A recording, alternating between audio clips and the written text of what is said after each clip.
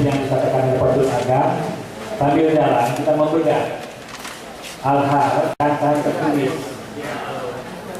saran-saran yang tertulis yang akan disampaikan akan menjadi suatu kenyataan, insya Allah. Dan saya mohon maaf dan protokol. Silakan. Assalamualaikum warahmatullahi wabarakatuh.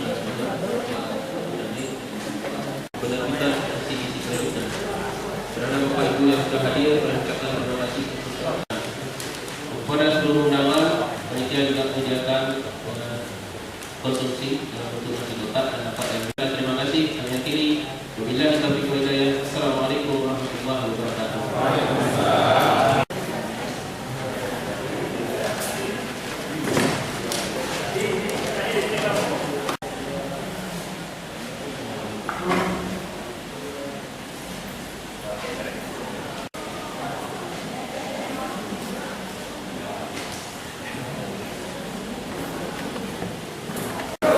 Ya, buku ini bercerita tentang objek-objek wisata, kemudian hal-hal yang bersifat tradisional seperti pakaian, makanan, kemudian juga sejarah-sejarah bangunan-bangunan tua yang ada di Aceh Barat. Jadi kita coba mendokumentasikan supaya ini dapat berguna bagi informasi ini bagi orang Aceh Barat sendiri maupun orang di luar tentang apa yang sedang dan apa yang menjadi sejarah dan apa yang ada kebudayaan di Aceh Barat. Target dan tujuannya sendiri untuk apa?